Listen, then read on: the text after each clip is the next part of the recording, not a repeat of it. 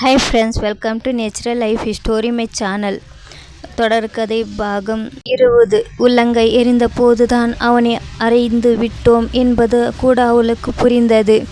தொடர்ந்து ஆனால் இதை செய்துதான் கடனை தீர்த்தாக வேண்டும் என்பதும் இல்லை என்றான் ஒரு மாதிரி குரலில். வயிற்றுக்குள் ஏதோ பிசைய கலக்கத்துடன் அவனை ஏறிட்டு பார்த்தாள் மதுரா. புரிகிறது இல்லையா? இவ்வளோ அழகை வைத்து கொண்டு இந்த வேலையெல்லாம் ஏன் செய்ய வேண்டும்? செய்கிற வேலையை சுகமாக இங்கே செய்யலாமே என்று படுக்கையை சுட்டி விட்டு நெருங்கி வந்த அவள் தோலை தொட்டான் சத்யன். உள்ளங்கை எரிந்த போதுதான் அவனை அறிந்து விட்டோம் என்பது கூட அவளுக்கு புரிந்தது. என்ன தவறு? ஆனால் என்ன பேச்சு பேசிவிட்டான்? சட்டென கண்ணீர் அடங்க மாட்டாமல் பொங்கியது. அதை அவனுக்கு காட்ட மனமின்றி ஜன்னல் புறம் திரும்பினாள். சற்று நேரம் அவனும் கூட எதுவும் பேசவில்லை. பிறகு பத்தினி வேடமெல்லாம் பிரமாதமாய்தான் இருக்கிறது என்றான் ஏளனமாக. வேடம் அல்ல, உண்மைதான் என்று கதறியது அவள் மனம். ஆனால் இன்றிருக்கும் நிலையில் அவள் சொன்னால் கூட அவன் நம்புவானா? நம்பினாலும் தன்னை நம்பிய ஒரு தாயை எப்படி குற்றம் சாட்டுவது? அதைவிட உடம்பு நொந்தாலும் முதுகு ஒடிந்தாலும் கூட பரவாயில்லை. மடமடவென்று உதிர்ந்த கண்ணீரை அடக்க முயன்றபடி என்னை பழைய வேலைக்கே மாற்றி விடுங்கள் என்றால் தொண்டை அடைக்க.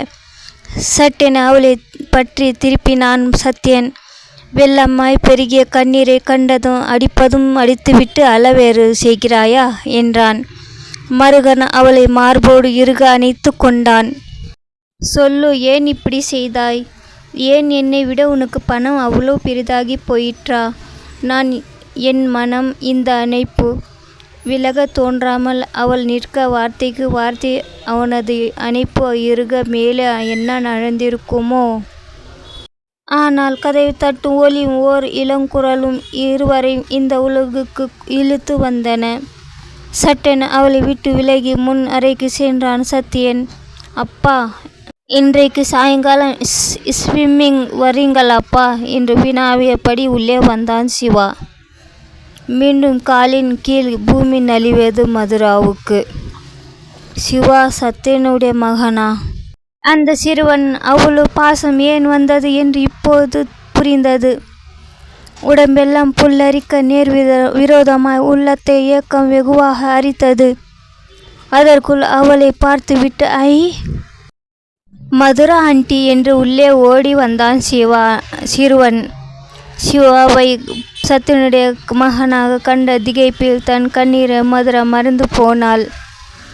ஆனால் அதை கண்டு விட்ட சிவா அன்னைக்கு விழுந்தது இன்னும் வலிக்குதா ஆண்டி என்று பரிவுடன் விசாரித்தான். அவள் கையை பற்றி, இதோ பாருங்க, நான் கிஸ் பண்ணுறேன், உடனே வலியெல்லாம் பறந்து போயிடும் என்று கையில் முத்தென்று முத்தமிட்டான். உடனே நிமிர்ந்து போயிடுத்தா என்று மன கவலையுடன் விசாரித்தான். கண்ணீரும் புன்னகையும் போட்டி போட்டு கொண்டு வர அவனை தூக்கி ஆமாண்டா கண்ணா என்று அவனது குண்டு கன்னத்தில் முத்தமிட்டாள் மதுரா. அப்போ இன்னைக்கு சாயங்காலம் வரீங்களா என்று அழைத்தவன் யோசித்து, அப்புறம் நம்ம எல்லாம் அப்பா கூட ஸ்விம்மிங் போகலாம் என்றான். நான் என்று தடுமாறினாள் மதுரா. வருவாள், நீ இப்பொழுது ஆயாவுடன் போ என்றான் சத்யன் மகனிடம். தந்தைக்கு பணிந்து கதவு வரை சென்றவன் நின்று, அப்பா நீங்க என்று கொஞ்சலாக இழுத்தான். நானும் தான் என்று கூடவே சென்று சிவாவை விளையாட்டு அறைக்கு அழைத்து போ என்று அனுப்பிவிட்டு திரும்பி வந்தான். ஒருவாறு தன்னை நிதானம் படுத்தி கொண்டு மதுராவும் கிளம்பினாள். அவளையே பார்த்தபடி நின்றிருந்தவன் திடீரென்று இந்த குழந்தை உன்னுடையதாக இருந்திருக்கும், அதாவது நம்முடையதாக என்றான். சும்மாவே பெரிதாக உணர்ந்த இழப்பு பூதாகரமாக உருவெடுக்க சத்யன் ப்ளீஸ் என்றாள் அவள் மன்றலாக. ப்ளீஸ் என்ன? தயவுசெய்து எனக்கு ஒரு குழந்தையை தாருங்கள் என்கிறாயா என்றான் அவன் குரூரத்துடன். முகத்தில் அறை விழுந்தார் போல கையில் இருந்தவைகளை போட்டு விட்டு ஓட முயன்றாள் மதுரா. அவளுக்கு முன்பாக கதவை எட்டியவன் அவள் கையை பற்றி நிறுத்தி, நான் எப்பொழுதும் தயாரடி பிளட்டி பிட்ச். நீ எவ்வளவுதான் மோசக்காரி என்று தெரிந்த பிறகு உன் உடம்பு கிளர்ச்சி ஊட்டுவதாக தாண்டி இருக்கிறது என்றான் சினமும் வெறுப்புமாக. விடுபட முயன்று ஒரு கையை நீட்டி கதவை திறந்தாள் அவள். ஆனால் அவளை இலகுவாக பற்றி குளிர்ந்த அவள் இதழ்களை தன் உதடுகளால் அழுந்த மூடினான் அவன். அவள் தடுமாறும் போதே விலகி கதவை நன்றாக திறந்து கொண்டு வெளியே சென்று விட்டான். அவனுக்கு மட்டும் அவளுடைய உடம்பு கிளர்ச்சி மூட்டுவதாக இருக்கிறது.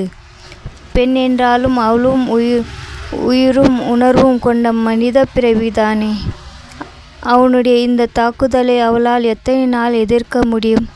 ஏன் இன்று கூட சமயத்தில் சிவா வந்திராவிட்டால்? மோசக்காரி என்ற எண்ணமும் அதனால் வந்த வெறுப்பும் உள்ள வரையில் திருமணம் என்னும் புனிதமான உறவை அவளுக்கு அளிக்கப் போவது இல்லை. கூடவே அவளை பழி வாங்கும் வெறியுடன் மோகமும் சேர்ந்து கொள்ள அவளை கேவலம் ஓர் ஆசை நாயகியாக வைத்து கொள்ள நினைக்கிறான். என்ன அநியாயம் என்று ஆத்திரம் ஒரு புறம் கன்ற போதும் அவனை அவளால் வெறுக்க முடியவில்லை. முன்போல ஒதுங்கி போய்விடலாம் என்றாலே அவனுடைய பழி வெறி அதை அனுமதிக்கப் போவது இல்லை. உடனே சத்யன் இந்த நிலைக்கு அவளை தாழ்ந்த முயல்வது நெடிவு வந்தது. இல்லை, ஒரு காலம் நடுவாத காரியம். இன்னமும் இதிலிருந்து மீள வழி கிடைத்தே தீரும். தண்ணீரை அடக்க வீட்டர் மூலம் அனுப்பி வைத்தான். அவனிடம் பேச்சு குளித்தபடியே உடன் அழைத்து சென்று சத்யனுடைய அறையில் கிடந்த அழுக்கு துணிகளை எடுத்து வந்தாள். அடுத்து ரெட்டி இருக்க வேண்டுமே என்று வேண்டியபடியே சென்றபோது அதிர்ஷ்டம் அவள் பக்கம் இல்லை. வேறு வழி இன்றி அபிதாவை நெருங்கி 1 மணி நேரம் விடுப்பு கேட்டாள். சற்று நேரம் பேசாமல் மதுராவை பார்வையால் அளந்தாள் அபிதா. கலிந்திருந்த கூந்தலும் கண்டிருந்த முகமும் அவளுக்கு எதையோ உணர்த்தினவோ. சட்டென முகம் கடுக்க, சும்மா விடுப்பு லீவு என்றால் எப்படி? உன்னை அதிகப்படியாக ஓவர் டைம் வேலை செய்ய விடக்கூடாது என்று வேறு உத்தரவு என்றாள் சினத்துடன். யாருடைய உத்தரவு என்று புரியாமல் கேட்டாள் மதுரா. ஆஹா, புரியாதது போல என்ன நடிப்பு என்றாள் அபிதா ஏகதாளமாக. பெரிய புளியாங்கொம்பு தேடுகிறாயாக்கும். ஏன், இந்த ராமநாத் திரும்பி வந்திருக்கிறானே, அவனிடம் முயன்று பார்ப்பது தானே. அபிதா என்றாள் மதுரா அதட்டலாக. மற்றவர்களுக்கு உடனே அங்காரம் பொங்கியது. மேடம் என்று சொல்லுடி. எவ்வளவு திமிர் இருந்தால் என்னை பேர் சொல்லி அழைப்பாய்? சாதாரண ஸ்பீக்கராக இருந்து வெயிட்டர் ஆனவள் என்னை பேர் சொல்லி அழைக்கிறாயா? இதற்கே 10 நாள் சம்பளத்தை கட் பண்ணுவேன். என்னவென்று நினைத்து கொண்டாய் என்று கத்தினாள். நிலைமை மறந்தது தவறுதான். கூடவே அங்கெங்கே சென்றவர்கள் நின்று திரும்பி பார்ப்பதும் அவமானமாய் இருந்தது. சாரி மேடம் என்று கூறி நகர்ந்தாள் மதுரா. ஆனால் உடனே ஒரு பேப்பரில் 1 மணி நேரம் விடுப்பு வேண்டும் என்று எழுதி கொண்டாந்தாள். நல்ல வேளையாக ரெட்டியும் திரும்பி வந்திருக்கவே பொதுவாக மேஜை மேல் வைத்துவிட்டு சென்றாள். அபிதா ஏதோ பேசத் தொடங்கியதை கேளாது போல அகன்று விட்டாள். நேரே நித்யாவின் காட்டேஜ் அடைந்தாள். ஏர்மெயில் கவர் ஒன்றிருந்து கடிதத்தை எடுத்து படித்து கொண்டு இருந்தாள் நித்யா. கதை முடிந்தது. கதை பிடிச்சிருந்தா சப்ஸ்கிரைப், லைக், ஷேர், சப்போர்ட் பண்ணுங்கள். லைக் பண்ணிக்கோங்க, அப்போ தான் இன்ஃபர்மேஷன் எல்லோருக்கும் போகும். ஷேர் பண்ணுங்கள், சப்ஸ்கிரைப் பண்ணிக்கோங்க ஃப்ரெண்ட்ஸ். கதை லாஸ்ட் டைம் வருது. பாகம் இப்போ 2-3 பாகம் தான் இருக்கும். தொடர்ந்து பாருங்கள், ரொம்ப நல்லா இருக்கும். லாஸ்ட்டு எல்லோரும் பாருங்கள். தேங்க்யூ ஃபார் வாட்சிங்.